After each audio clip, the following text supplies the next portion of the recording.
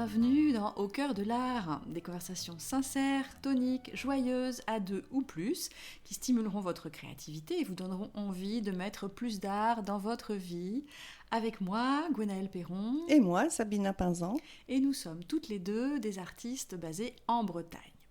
Alors cette semaine, on a décidé de parler du lâcher-prise et on s'est demandé ce que c'était le lâcher-prise et est-ce que ça voulait dire faire n'importe quoi, le lâcher-prise. Alors pourquoi on a choisi ce sujet ? Eh bien c'est parce que quand on commence à peindre, en général, quand on débute, et parfois même ça peut durer un peu plus longtemps que ça, c'est difficile de lâcher prise. On est plutôt tenté d'être dans le contrôle. On va avoir des gestes très contrôlés, très maîtrisés, souvent de petits gestes. On va travailler par petites touches. Et puis on va être très attaché à ce que l'on fait. Il y a des zones qu'on ne va jamais vouloir sacrifier, on va vouloir les garder. On va se focaliser beaucoup sur les résultats et pas assez sur le processus en fait.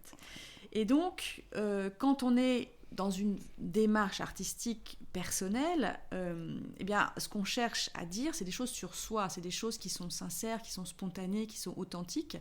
Et si on n'arrive pas à sortir du contrôle, ça va être très difficile d'exprimer ça en fin de compte. Exactement. Et donc, c'est pour ça qu'il faut apprendre à lâcher prise.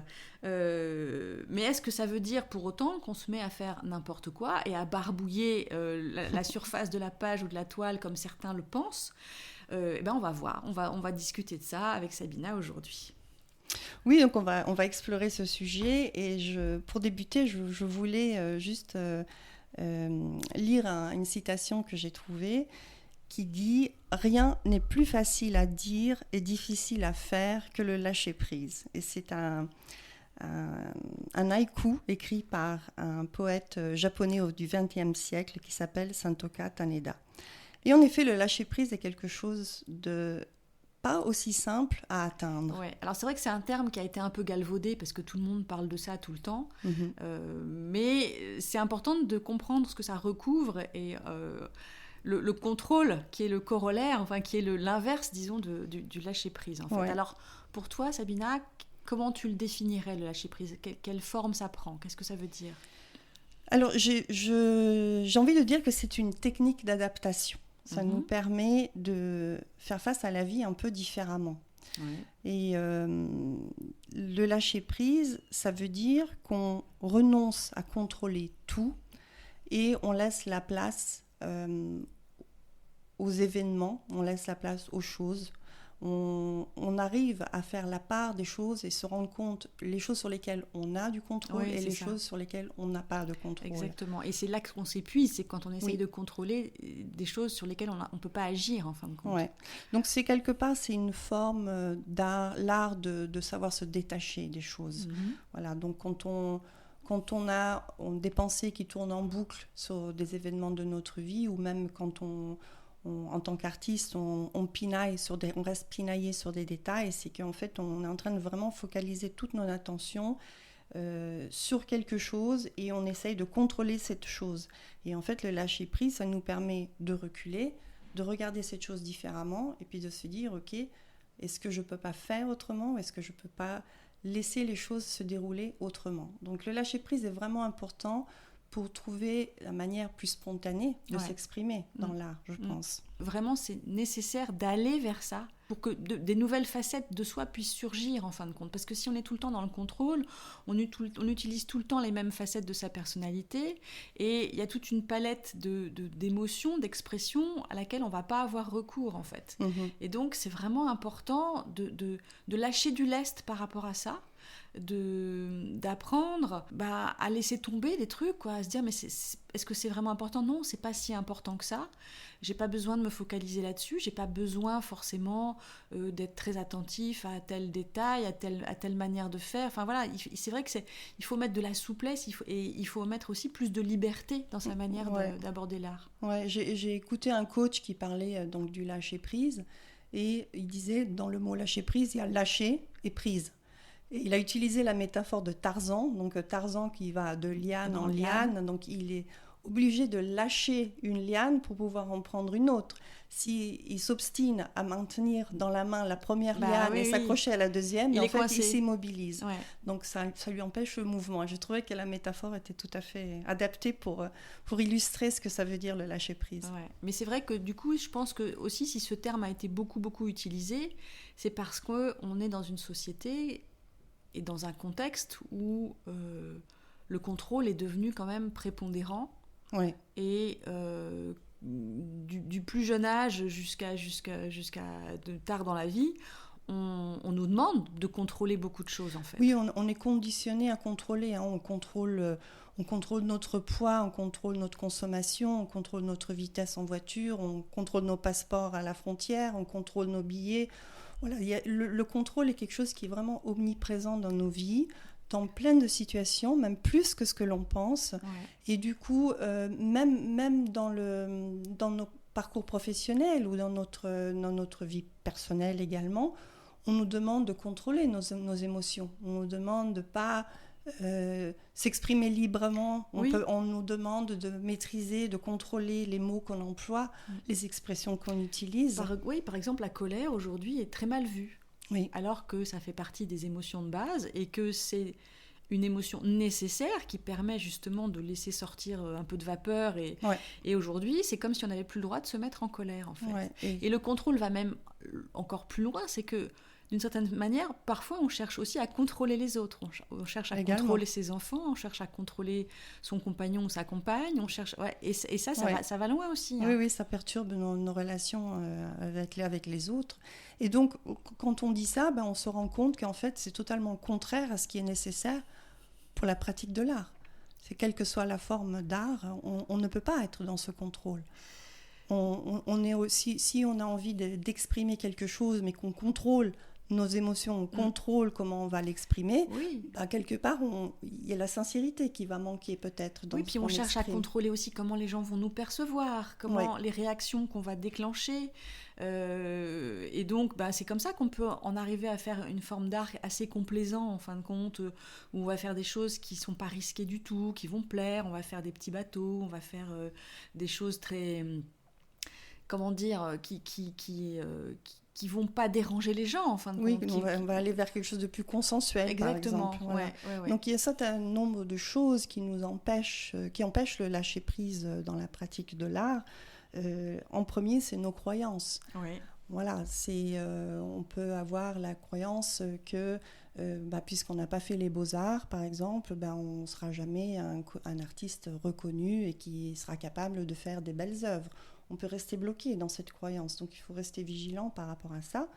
On peut aussi se dire, on m'a toujours dit quand j'étais petit que de toute façon je n'avais pas de talent pour le dessin, et puis on reste un peu bloqué là.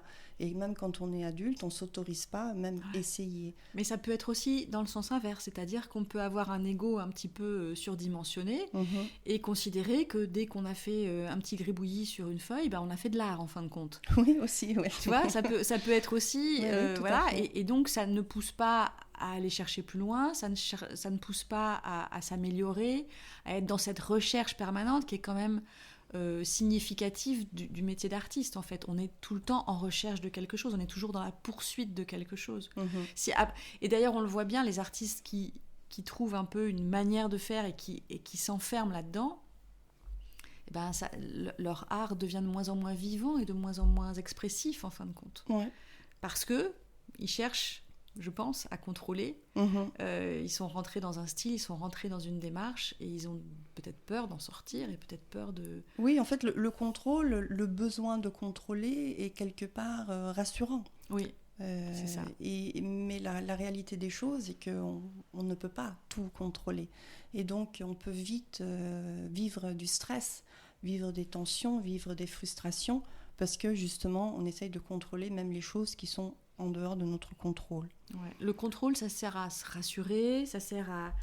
Quelquefois, c'est aussi parce qu'on cherche à être aimé, on cherche à être accepté, Donc on essaye de contrôler tous ces petits paramètres-là qui vont faire que on va plaire, qu'on va pas déranger, qu'on va être consensuel, qu'on va faire ce qu'on croit que tout le monde attend de nous, aussi bien dans notre comportement quotidien que dans la manière d'être.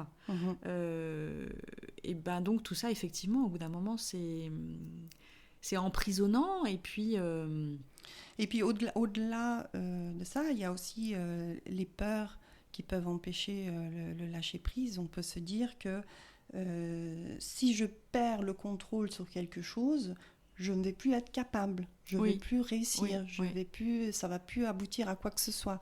Et donc les peurs sont aussi un énorme frein au lâcher-prise. D'ailleurs, il y a une peur qui est quand même assez répandue parmi les artistes, c'est que quand tu t'interromps pendant quelques semaines, que tu prends des vacances, il y a toujours une petite angoisse quand tu retournes dans ton atelier, tu te dis est-ce que je vais savoir encore faire, Oui, quoi. C'est vrai. Ouais. Et ça, je pense que c'est quelque chose que beaucoup d'artistes ressentent.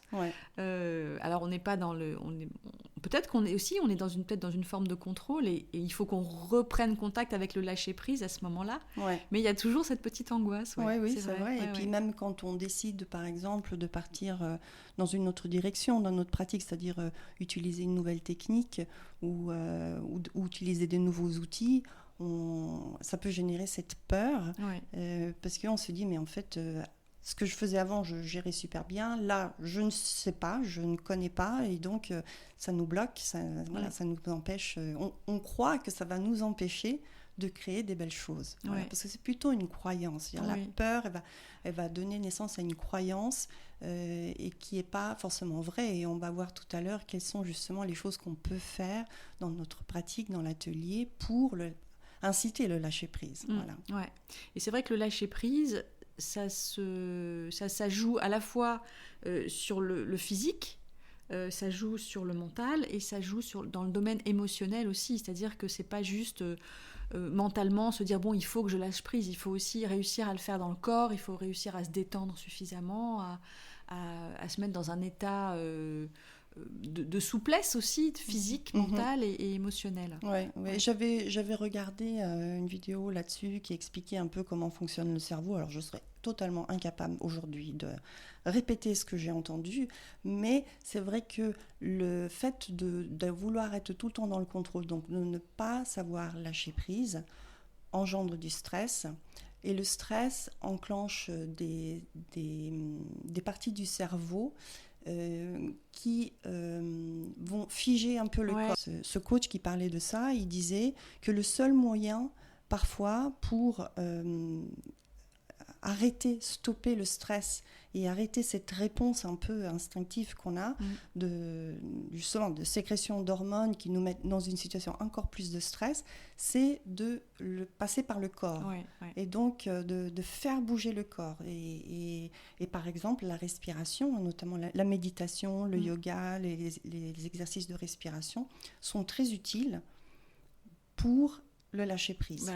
Donc souvent dans les stages de développement personnel ou même dans les thérapies où le lâcher-prise est un problème, on va beaucoup travailler sur la respiration, et notamment la respiration à travers le nez. Donc c'est vrai aussi que ces choses-là, ces techniques-là qui sont utilisées pour le bien-être, pour le développement personnel, ce sont aussi des petites choses qu'on peut utiliser en tant qu'artiste.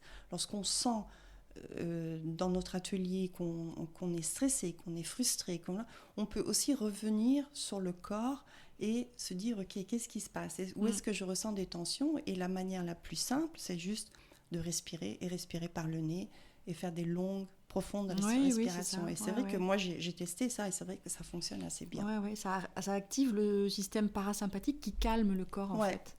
Et c'est vrai que tu peux respirer, tu peux chercher à percevoir dans ton corps où est le blocage, où est la tension. Des fois, c'est dans les épaules, c'est dans le ventre, enfin voilà. Et puis, c'est vrai qu'il y a tout plein de techniques pour lâcher prise. Et puis, ça peut être aussi d'avoir une forme d'exercice physique, de danser ou de marcher. Ça peut aussi permettre d'évacuer la tension. Oui, c'est vrai qu'il y a beaucoup d'artistes qui écoutent de la musique et qui dansent. Moi, je sais que je faisais ça avant. J'avais vraiment besoin de ça. J'avais besoin d'être debout, d'être très active physiquement, vraiment engager tout le corps dans l'expression artistique, même si c'était sur une toile, j'avais besoin que le corps aussi soit en mouvement. Et je pense que ça, justement, ça me permettait d'être un peu plus dans une expression sincère de moi-même. Ouais, dans une forme de souplesse du corps qui induit une souplesse dans la manière d'aborder la peinture après, quoi. Mm-hmm. Alors, pourquoi on a besoin du lâcher-prise, en fait ? Parce qu'on voit que le contrôle, ça nous mène dans des impasses, où ça nous rend plus stressés, plus anxieux, plus nerveux. C'est pas tellement bon pour nous. Il faut une certaine dose de contrôle sur ce sur quoi on peut agir, mais pas sur ce qu'on peut pas changer, on peut pas contrôler. Donc pourquoi c'est bien d'apprendre, par exemple, des techniques de lâcher prise, à prendre un peu de recul. Comment ça peut nous aider dans la vie et dans la peinture ? Alors, dans la vie, j'ai envie de dire que le lâcher-prise va nous aider à retrouver un certain calme. Donc, on va pouvoir se concentrer un peu mieux sur les choses essentielles. Ça va nous permettre de retrouver une paix intérieure et ne pas se laisser envahir par des pensées ou des choses même qui sont externes à nous. Oui, et ne pas non plus créer des problèmes sur des petits détails, en fin de compte. Je pense que c'est ça aussi le lâcher-prise, parce que quelquefois, tu as des gens qui s'obsèdent, alors ils ont une anicroche dans leur vie, il y a un truc qui ne se passe pas comme c'était prévu, et tout de suite, ça devient une montagne, et tu as l'impression qu'ils ne vont jamais réussir à surmonter ça. Je pense que le lâcher-prise, ça permet aussi de mettre un peu de distance par rapport à la gravité des problèmes. Il y a des choses qui sont effectivement graves, importantes, et puis d'autres qui sont pas graves. Et si tu peux lâcher prise là-dessus, tu te sens quand même beaucoup mieux, quoi. Tu transformes pas ta vie en drame permanent. Et on en connaît tous des gens qui transforment leur vie comme ça.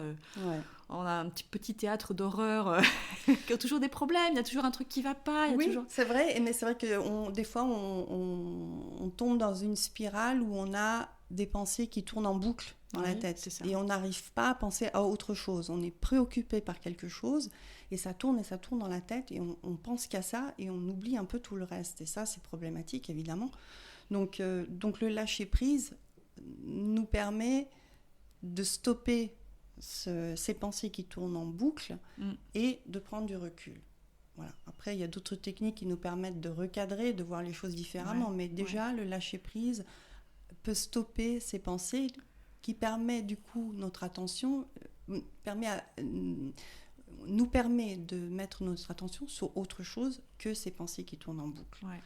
Et donc, du fait qu'on arrive à faire ça, le lâcher-prise laisse la place aussi à des surprises dans la vie. Ça laisse la place à d'autres choses qui peuvent... Je pense que ça laisse plus de place à l'inventivité, à l'audace.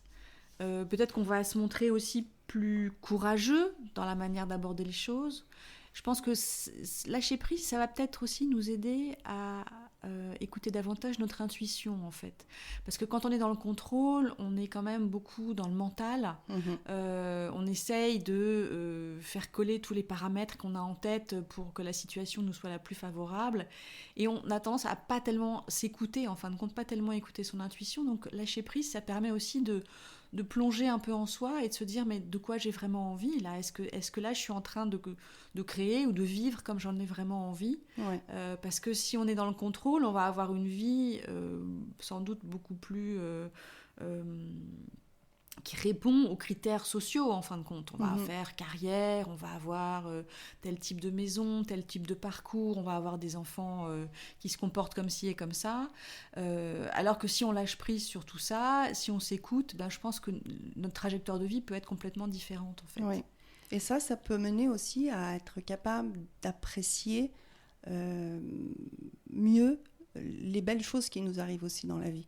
Si on reste dans le contrôle et on reste un peu bloqué, figé dans ses pensées et cette nécessité de vouloir toujours tout faire, on peut passer à côté de plein de choses dans notre vie. Donc le lâcher-prise nous permet aussi juste de saisir les bons moments dans la vie. Et le lâcher-prise, ça permet d'accepter son imperfection, en fait.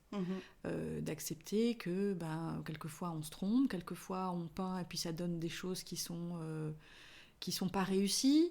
Et c'est vrai que moi je vois, quand les débutantes, elles ont toujours envie de faire aboutir la toile qui est en cours, en fait. Et plus tu pratiques et plus tu tu peux commencer à peindre en te disant peut-être que ça va donner quelque chose et peut-être pas. Et on verra bien en fin de compte. Ouais. Et donc ça, accepter le fait qu'on ne sait pas tout, qu'on ne peut pas tout, qu'on se trompe, qu'on fait des erreurs de parcours, qu'on ne prend pas les bonnes décisions. Je crois que ça permet aussi de se détendre un peu par rapport à tout ça et de ne pas en faire...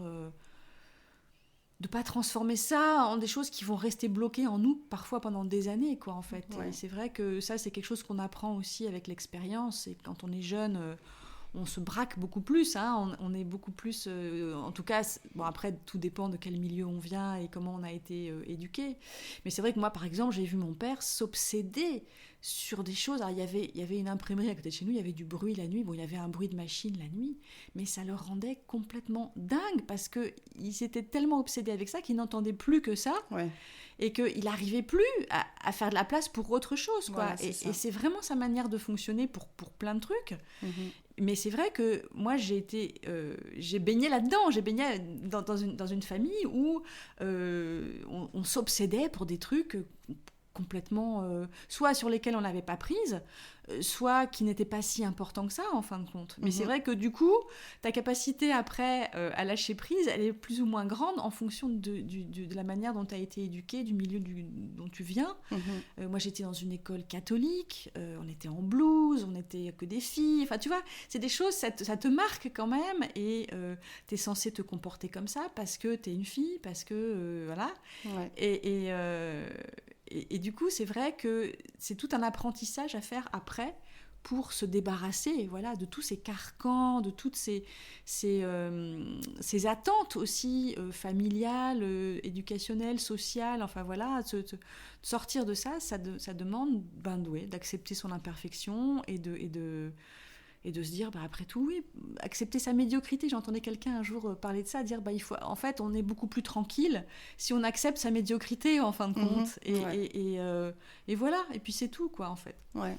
Et après, j'ai envie de dire, le lâcher-prise, dans l'art notamment, c'est pas non plus une perte de contrôle totale. Non. Voilà, on associe souvent le lâcher-prise avec perte de contrôle, où on laisse tomber, où on laisse les faire... on fait n'importe quoi. On fait n'importe quoi, voilà. Ouais. Mais en fait, non, c'est pas du tout ça. Dans le lâcher-prise, on va plutôt... diriger notre contrôle en fait sur les choses sur lesquelles qu'on peut vraiment contrôler. Ouais. C'est ça. Donc dans l'art, oui, il est important d'avoir du lâcher prise pour laisser l'expression, laisser l'émotion paraître. Mais après, il y a aussi la technique, et la technique, c'est quelque chose qu'on apprend. C'est plutôt au niveau cérébral, on va dire. Et donc on peut pas oublier ça. Il faut quand même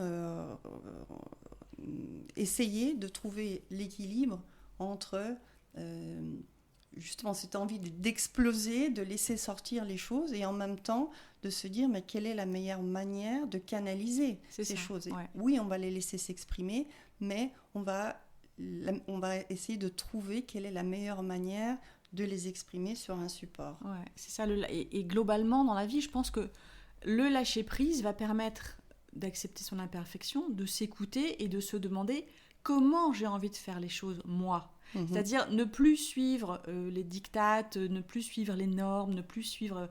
voilà, mais se dire, moi, comment j'ai envie de faire. Et ça, c'est vraiment quelque chose qui peut s'appliquer à la création, mais qui peut s'appliquer à la manière dont tu communiques, à la manière dont tu apparais sur les réseaux sociaux. Comment tu as envie de les utiliser ? Est-ce que tu as envie de faire des reels et de faire des choses comme ça ? Ou est-ce que tu as juste envie d'avoir une petite communauté autour de toi, de gens avec qui tu discutes beaucoup, il y a beaucoup d'échanges. Enfin, il y a plein de manières de faire les choses.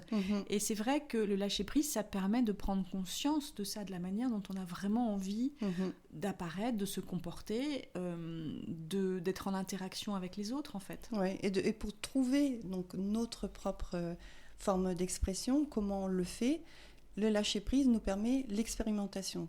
Pour trouver notre voie, il faut être ouvert à l'expérimentation, parce qu'on ne sait pas d'emblée, donc il faut essayer plusieurs choses. Exactement. Et ça change aussi après, au cours des périodes, oui, au cours bien de la sûr, vie. Oui, au cours de la vie aussi, oui, tout à fait. Et donc aussi, au-delà de l'expérimentation, le lâcher-prise nous autorise à prendre des risques dans l'art. Voilà, on va se dire, je vais tenter ça, pas sûre que ça va donner le résultat souhaité, mais allez, je fais quand même. Au pire, je recouvre ou je redémarre quelque chose d'autre. Donc ça nous permet d'aller un peu plus loin. Ça nous donne un peu plus de liberté, ça nous donne un peu plus de souplesse dans la manière d'aborder les choses. Et puis, c'est plus amusant aussi.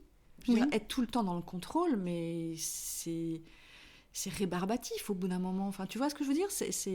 Ça te fige complètement, en fin de compte. Alors que si tu es un peu dans le lâcher-prise, dans l'ouverture à ce qui peut se produire, la vie devient tout de suite beaucoup plus drôle. La création devient tout de suite beaucoup plus amusante. Tu reviens vers le jeu, tu reviens vers le fait de te laisser surprendre par tout ce qui peut arriver, quoi. Ouais. Alors, c'est en t'écoutant, je me posais la question. Tu sais, il y a des vidéos sur YouTube et tu vois des artistes qui ont mis en scène, par exemple, une nature morte. Et puis, ils vont se filmer en train de peindre cette nature morte et ils en font une reproduction juste magnifique, splendide, à la peinture à l'huile ou à acrylique, peu importe. Et tu vois étape par étape, tu vois finalement à la fin l'image apparaître qui est une copie exacte du réel, quoi. Ouais. Et là, dans cette forme d'art, je me suis toujours posé la question, où est le lâcher-prise ? Tu vois, je ne sais pas, je ne suis pas très sensible à cette forme d'art et je me demande si c'est justement parce qu'il n'y a pas une expression personnelle de l'artiste dans ça, tu vois. Ouais. Je me demande si est-ce qu'il y a le lâcher-prise là-dedans. Est-ce qu'il y a de l'émotion ? Est-ce que ça peut...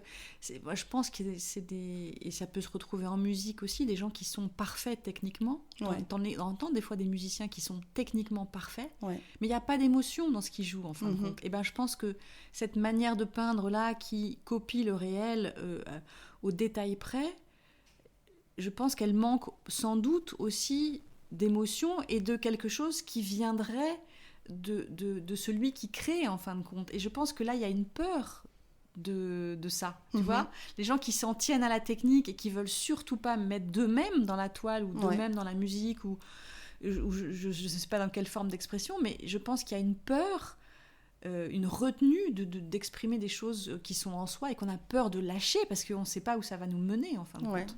Donc peut-être qu'il est possible d'être artiste tout en restant dans le contrôle, en exécutant quelque chose techniquement parfait.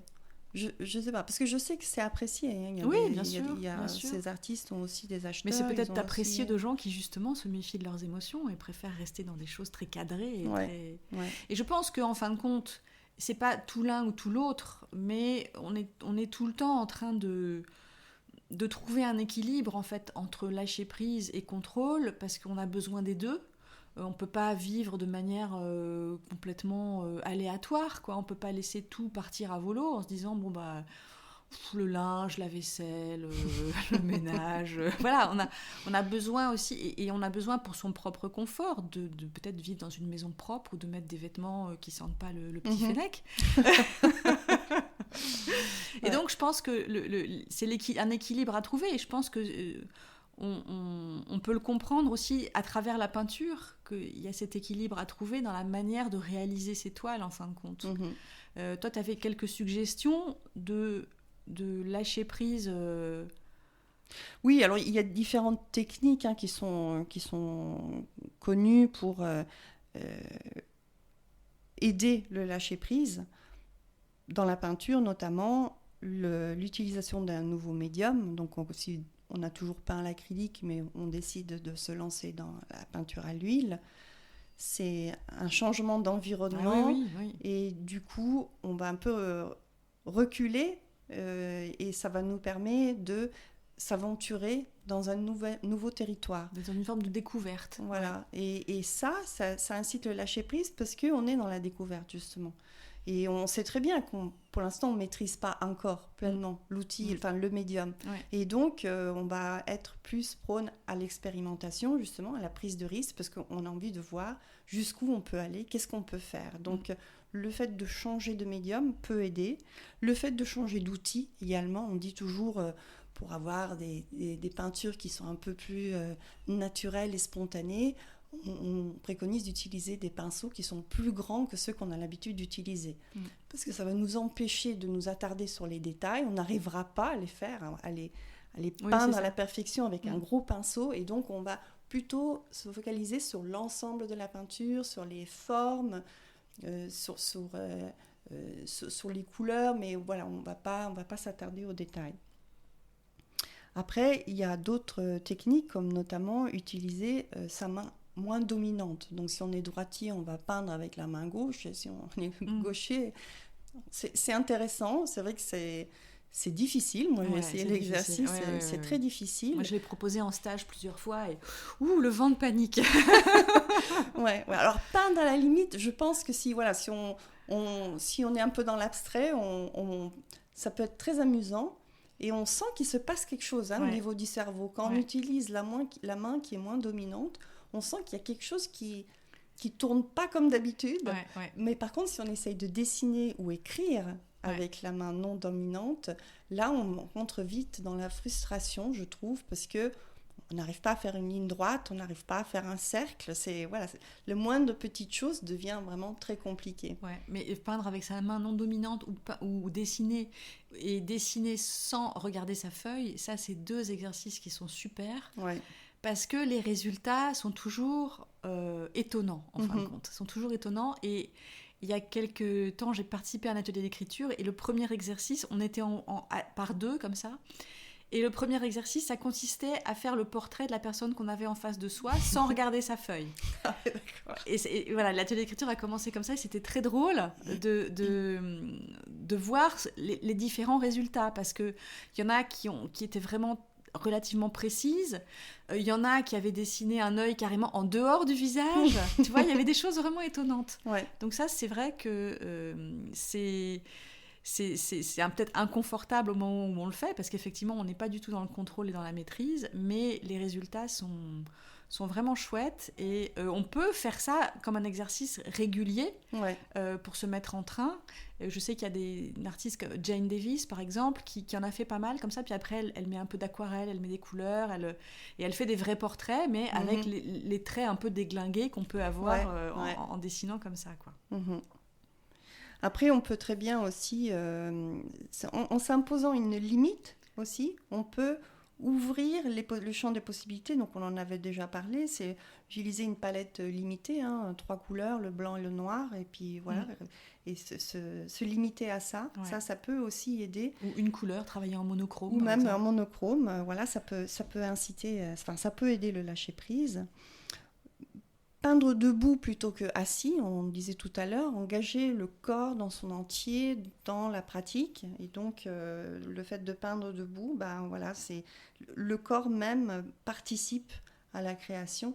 Et donc, ça peut aider. Peindre au sol, peindre dans des situations différentes, pas sur une table, mais sur un chevalet, ça peut aussi apporter des gestes différents, en fait. Après, on peut tenir son pinceau du bout. Au lieu on a tendance, quand on travaille avec les pinceaux, surtout au début, quand on n'a pas beaucoup d'expérience, on a tendance à mettre la main proche. Comme un crayon, quoi, en fait. Voilà, de tenir comme un crayon, mais en fait, en le tenant vraiment au bout, mais en fait, on perd la maîtrise un peu. Et donc, ça permet de laisser un peu le hasard faire les choses. Les traits vont être moins justes, peut-être, mais on va peut-être obtenir des effets plus intéressants. Plus spontanés, oui, c'est ça, qu'on n'aurait pas pu obtenir autrement. Et puis, après, j'ai envie de dire aussi, pour le lâcher-prise, ce qui est important dans la pratique, c'est de réussir à éteindre ces voix dans nos têtes qui nous disent ah ouais, mais si je fais comme ça, mon conjoint, pas sûr qu'il va aimer, ou qu'est-ce que va dire mon ami qui vient me voir à l'atelier, qu'est-ce qu'on va penser de moi, qu'est-ce qu'on va penser de moi, voilà, ça, je pense, le lâcher prise, c'est d'apprendre aussi à bloquer ces pensées-là, le temps de création, de pas se soucier à ça, ça va nous donner davantage de liberté dans l'expression. Et puis après, le grand classique dans le lâcher-prise, c'est qu'il ne faut pas rester pinaillé sur un détail pendant des heures. Si on se retrouve dans l'atelier en train de retoucher la petite fleur, parce que non, c'est pas comme ça, et puis revoir la couleur, revoir la forme, et passer 2 heures dessus, c'est que peut-être on est en train de passer à côté c'est que d'autres souvent, choses. c'est une autre zone qui pose un problème, en exactement. fait. Donc le lâcher prise, c'est de dire, ok, cette zone-là, pour l'instant, elle ne me convient pas, donc je vais passer à autre chose et j'y reviens après. Voilà, ça, il faut apprendre à faire ça.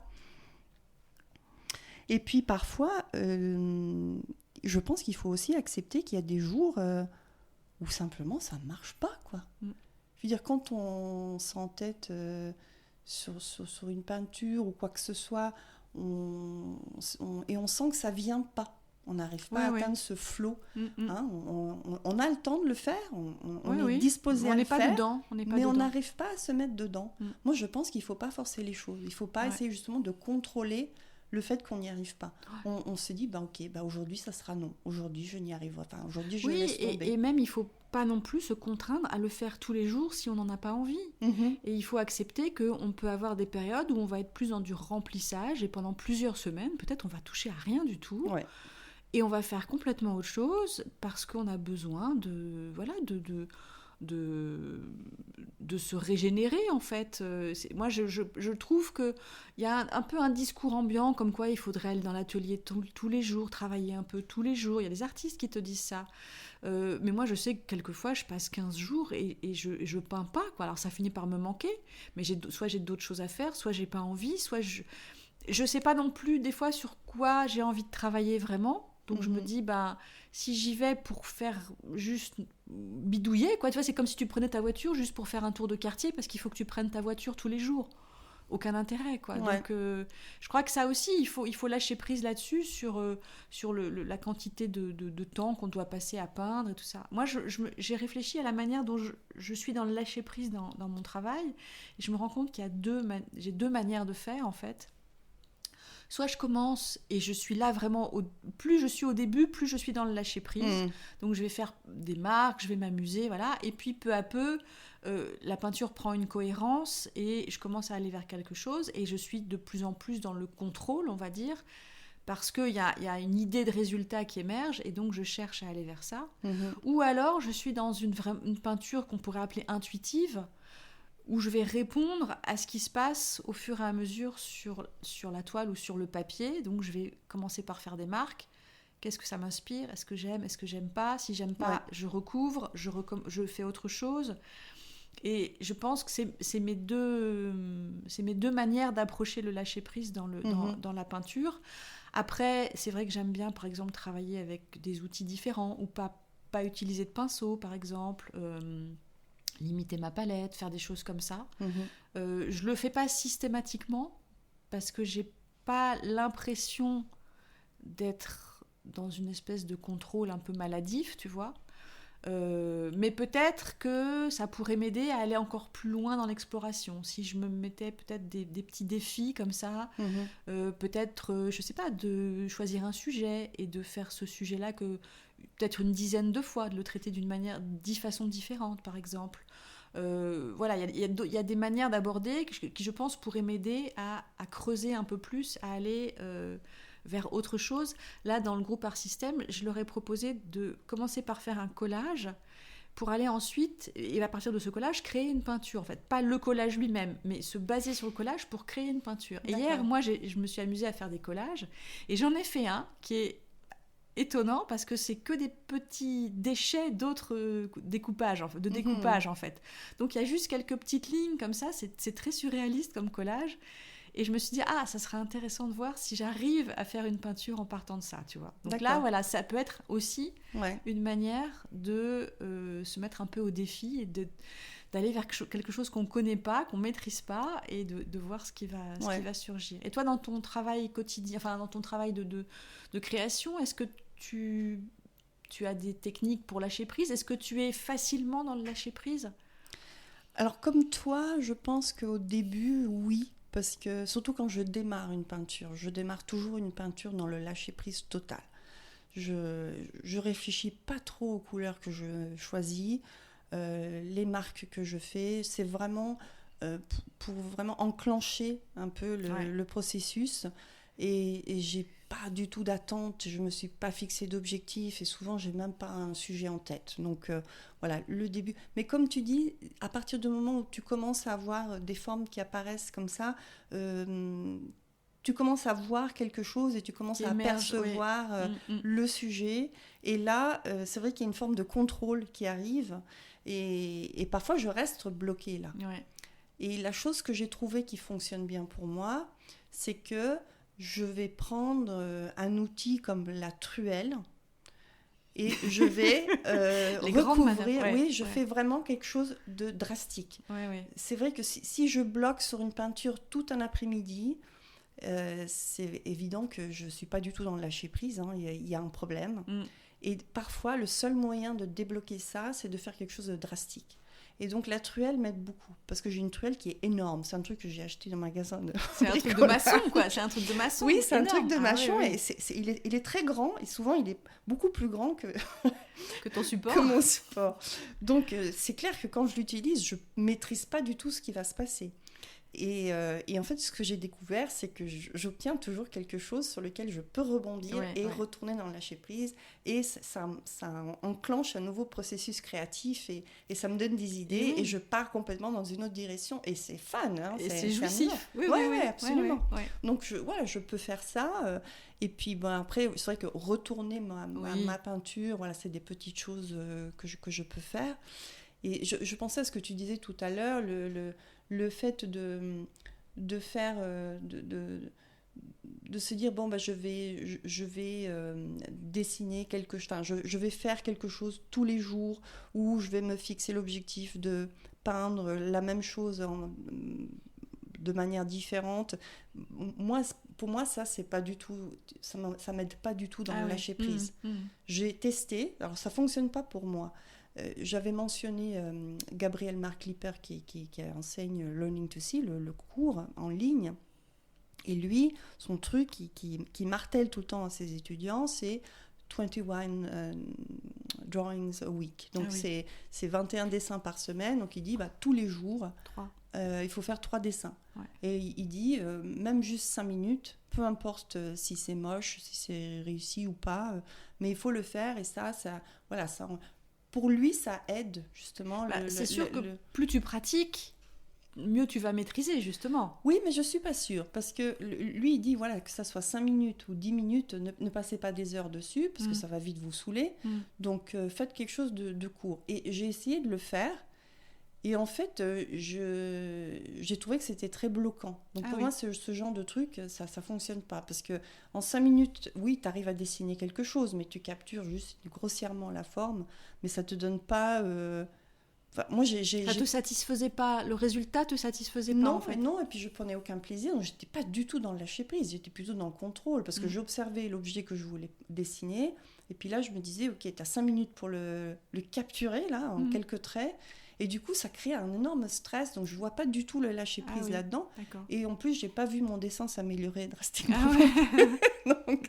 donc j'ai laissé tomber. Donc oui, pour moi le lâcher prise dans l'atelier, c'est quand il y a un effet surprise. Et si je sors pas ma truelle, qui est vraiment mon arme fatale, ce que je vais faire, c'est, notamment si je travaille avec l'acrylique, c'est de coller un morceau de collage sur la toile, quoi. Même si j'avais pas prévu d'intégrer le collage dans mon tableau, je me dis, si je vais coller un truc en plein milieu, et puis on va voir ce qui se passe. Et voilà, c'est radical. Ça m'aide énormément. Après, pour le lâcher prise, il n'y a rien de tel que le sketchbook en fin de compte. Ça, c'est un outil formidable pour le lâcher prise, parce que dedans, on peut l'utiliser, on en avait déjà parlé, mais on peut vraiment l'utiliser comme on a envie. On ne montre ça à personne si on a envie. On peut coller ce qu'on trouve, on peut écrire dedans, on peut vraiment... mettre plein de choses, et ça peut débrider vraiment, et ça peut déclencher des formes de lâcher prise aussi intéressantes. Donc ça c'est peut-être le premier pas en fin de compte. Oui, c'est vrai, comme on disait, hein, vraiment le but pour atteindre le lâcher prise, c'est de ne pas focaliser sur le résultat, mais plutôt sur le processus. Donc effectivement le sketchbook, ça aide. Après, moi je me pose la question, lorsqu'on est un artiste qui expose beaucoup, et ce week-end, j'ai croisé un ami artiste à mon exposition et qui m'a dit oui, alors j'ai exposé à tel endroit, mais l'endroit est tellement grand, il faut au moins une 60aine de peintures pour occuper tous les murs. Et j'ai eu comme un petit moment de stress, parce que je me suis dit, mais moi, j'ai pas 60 peintures, si jamais. Et il me disait, ah, ça serait bien un endroit pour toi pour exposer. Mais tout d'un coup, j'ai senti le stress, puis je me suis dit, mais si je dois accepter d'exposer dans un lieu où on me demande d'avoir X nombre de peintures et que je ne les ai pas, et qu'ensuite je vais travailler là-dessus, donc je vais me retrouver à l'atelier, je vais être pas forcément fixée sur l'objectif du résultat de chaque peinture, mais je vais avoir en tête constamment ce chiffre, il me faut X nombre de peintures pour exposer. Oui. Tu vois, et oui. je pense que quand on est un peu pris dans ce système-là, donc on est un artiste qui expose beaucoup et qu'on vend également, et donc il faut constamment fournir. Ouais. Je pense que ça ne doit pas être si évident que ça de trouver le lâcher-prise, je pense. Ça ne doit pas être très facile. Après, je pense que ça dépend vraiment des personnalités et de la manière d'aborder les choses. Et puis après, c'est peut-être quelqu'un qui peint depuis très longtemps et qui a accumulé aussi une telle quantité de peinture que 60, c'est pas énorme en fin de compte. Tu vois. Puis après, tout dépend du format aussi. Ça peut être aussi 30, mais des très grandes toiles. Ouais. Tu vois, bon, c'est... Non, mais c'est vrai qu'après, c'est à chacun aussi de trouver cet équilibre entre lâcher prise et contrôle en fonction de sa personnalité, en fonction de ce qu'on a envie de faire, de comment on a envie de le faire aussi. Et ça, c'est vraiment important. Mais je crois que s'il y a des personnes qui nous écoutent et qui se disent oui, je pourrais être davantage dans le lâcher prise, je pense que c'est vraiment important de travailler là-dessus, en fait. Et de trouver cet équilibre entre lâcher prise et contrôle, et de savoir, de se connaître en fin de compte, hein. C'est vraiment de se connaître pour ne plus agir en fonction des attentes des autres mais des siennes, et puis d'écouter ce qui se passe en soi et chercher comment on a envie de faire les choses, comment on a envie de peindre. Est-ce qu'on a envie de faire des petits formats, des grands formats, de tous les formats? Est-ce qu'on a envie de se contenter de l'acrylique? Est-ce qu'on veut tester d'autres choses? Est-ce qu'on veut être tout le temps dans l'expérimentation? Ou bien est-ce qu'on veut creuser un sujet? Voilà, après, ça dépend de chacun. Et c'est ça qui va faire toute la richesse de l'expression artistique, parce que chacun, en étant dans le lâcher-prise et la connaissance de soi, va suivre sa voie propre. Et c'est ça qui va être très beau au final, d'avoir toutes ces expressions multiples en fin de compte. Ouais. Et donc, est-ce qu'on a répondu à la question, est-ce que le lâcher-prise, c'est faire n'importe quoi? Moi, j'ai envie de dire non. Je pense que par définition, le lâcher-prise, c'est pas faire n'importe quoi. C'est de... Non, parce que c'est sortir du contrôle, le lâcher-prise. C'est pas faire n'importe quoi, c'est dire j'arrête d'essayer de tout contrôler. J'arrête d'essayer de contrôler la manière dont les choses vont se passer et les résultats que je vais obtenir. Mais ça ne veut pas dire je fais n'importe quoi. Par contre, faire n'importe quoi peut permettre le lâcher-prise. Bien sûr. On peut commencer par ça. Voilà. Bon, après, à voir. Mais il ne faut pas rester là-dedans.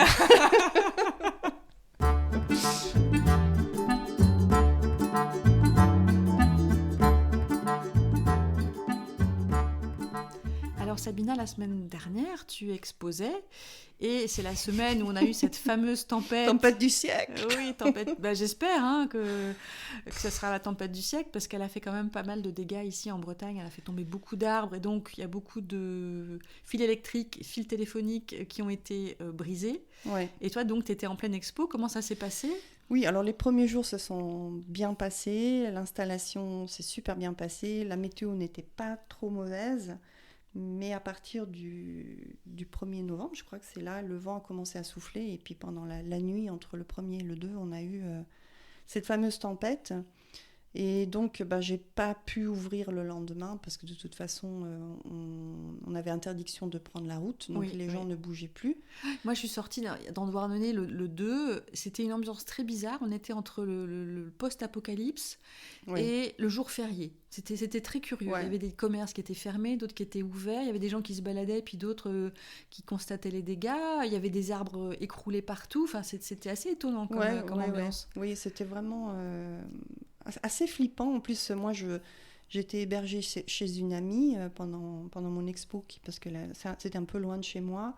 Et donc, on s'est retrouvés sans électricité le lendemain, donc pas de chauffage, pas de moyen de se faire à manger, pas d'eau chaude. On avait une gazinière, donc on a pu se faire à manger, mais c'était pas drôle. Non. Et puis, surtout, je n'arrivais pas à joindre ma famille. Donc, donc je ne savais pas s'ils allaient bien, mon téléphone ne fonctionnait pas, le leur non plus. Voilà, aucun moyen de communiquer, et je pense que ça a été très, très éprouvant. Voilà. Mais bon, j'ai réouvert la galerie vendredi. On avait annoncé une deuxième tempête ce week-end. Ah ouais, c'était pas ta semaine. Hein. Voilà, bon, le bilan est positif quand même parce que j'ai eu la chance d'avoir des amis qui sont passés me voir, des amis artistes aussi, et ça a fait chaud au cœur parce qu'il y a quand même des gens qui ont bravé la météo pour venir me voir et me soutenir. Donc j'ai fait des belles rencontres et j'en suis très heureuse, mais je suis aussi contente que ce soit la dernière de l'année. Ouais. Voilà, c'était très, très éprouvant. Tout ça a été difficile. Voilà. Oui, bah oui, t'as pas terminé en beauté, on va dire. Hein. T'as terminé au contraire par un gros stress. Oui. Ouais. Et toi, qu'est-ce que tu as... Eh ben, écoute, cette semaine, moi, j'ai été 2 fois au cinéma. J'avais pas été au cinéma depuis très longtemps. En fait, c'est vrai qu'avec cette histoire de Covid, tout était fermé pendant très longtemps, donc on a vraiment perdu l'habitude. Ouais. Mais là, j'y ai été 2 fois coup sur coup. La première fois, c'était pour voir le film d'Albert Dupontel, Second Tour, que j'ai beaucoup apprécié. Et j'aime la manière dont il balance des choses vraiment, mais des pavés dans la mare, mais avec beaucoup d'humour, avec beaucoup de drôlerie. Mais moi, quand j'ai réfléchi au sous-texte, à ce qu'il y a derrière, c'est énorme. C'est vraiment énorme. Mais c'est une comédie, c'est ça ? C'est une comédie, c'est une comédie. Et puis le deuxième film que je suis allée voir, c'est Le Garçon et le Héron de Miyazaki. Ouais. Et là, j'ai été un peu déçue. J'ai eu l'impression qu'on partait dans une histoire et puis qu'en cours de route, il y avait des embranchements et qu'en fin de compte, il n'y avait pas vraiment de choix. Tu vois, il y avait plusieurs choses possibles. Et du coup, je me suis un peu perdue dans l'histoire. Je n'ai pas trouvé ça spécialement drôle ou réjouissant. J'ai pas compris la morale de ça. Alors peut-être que tout simplement j'ai été hermétique ou je suis bête et je sais pas, j'en sais rien, hein, c'est possible. Hein. Mais si tu veux, j'ai pas compris quel était vraiment le message. C'était confus. Il y a des éléments qui sont présents, mais tu vois pas tellement ce que ça apporte à l'histoire, en fait. Par exemple, le père du jeune héros a une usine qui fabrique... Tu penses comprendre qu'elle fabrique des avions parce que ça se passe pendant la guerre, la Deuxième Guerre mondiale. Qu'est-ce que ça apporte à l'histoire ? Qu'est-ce que ça vient faire là ? Tu le comprends pas trop, en fin de compte. Tu vois, il y a des choses comme ça. Et puis, toutes les créatures, tout le côté imaginaire et fantastique... C'est pareil, ça m'est resté un peu obscur. Voilà. Donc après, mon fils qui l'a vu, lui, a bien aimé. Mais c'est vrai que moi, alors peut-être que je suis plus assez gamine, j'en sais rien. Je sais pas. Il y avait de la poésie peut-être, non ? C'était un peu ou pas ? Non, oui, il y avait des choses qui étaient bien, hein, mais par rapport à ce que j'avais gardé en mémoire des films précédents de Miyazaki, j'ai trouvé que ça partait dans une direction, puis après, c'était un peu comme un delta, quoi. Tu vois, il y a un fleuve, ça va, bon, tu vois, et puis après, ça se répand en plein de petites rivières, et tu vois pas trop où ça va. On se perd. Et tu sors de là. Bon, après, j'étais assez fatiguée aussi, c'était le soir, et j'étais vraiment pressée de rentrer. Donc, mon attention était peut-être pas assez soutenue, mais voilà. Donc, ça a été mes deux expériences cinématographiques c'est bien. Il faut que je m'y remette aussi au cinéma. Ça fait très longtemps que j'ai pas... Ouais. Mais c'est vrai que c'est très agréable, hein, c'est très plaisant, mais j'avais vraiment complètement perdu l'habitude. Et puis après, c'est vrai qu'il faut aussi trouver des films que tu as vraiment envie d'aller voir, quoi. Il y a des fois des sujets, ça me tente pas plus que ça. Donc, mais c'est vrai que globalement, je me tiens beaucoup moins au courant de l'actualité cinématographique qu'avant, en fait. Donc, il y a des choses à améliorer, voilà. On va lâcher prise, on va peut-être se laisser surprendre. Quelquefois, il faut... Oui. C'est bien de faire ça aussi... pour ce qui est d'aller voir une expo ou un film ou des choses comme ça, de pas forcément savoir ce que ça raconte et puis de découvrir. Bon, des fois, il y a des bonnes surprises, puis il y a des fois, il y a des films où tu pars au milieu parce que c'est insupportable. Oui, c'est vrai. Ça m'est arrivé quelquefois, et au milieu de concerts aussi, ça m'est arrivé de partir. Quelle horreur. Ah ouais, ça m'est arrivé de partir. Bon, voilà, je suis pas... T'es toujours très gênée de faire ça, mais quelquefois, c'est tellement insupportable oui, je comprends, que tu pars. Ouais. Voilà, donc après cette tempête, je pense que le lâcher-prise est vraiment nécessaire et relativiser un peu tout ce qui s'est passé. C'est vrai, ouais. Et puis on va essayer de vivre le reste, jusqu'à la fin de l'année de manière plus apaisée. Voilà, on va voir si on arrive à lâcher prise sur certaines choses. Et on a encore 2 épisodes d'ici la fin de l'année. 2 épisodes, et puis après on fera une petite pause pour Noël. Voilà. Bon, merci à tous. Merci de Gwenaëlle. nous écouter. Merci Sabina. Et puis si ça vous plaît et que vous aimez notre podcast, partagez-le. Transmettez-le à vos amis, aux amis artistes, aux personnes que vous connaissez, parlez-en sur les réseaux sociaux et faites-nous un petit peu de buzz. Voilà. À bientôt. Au revoir.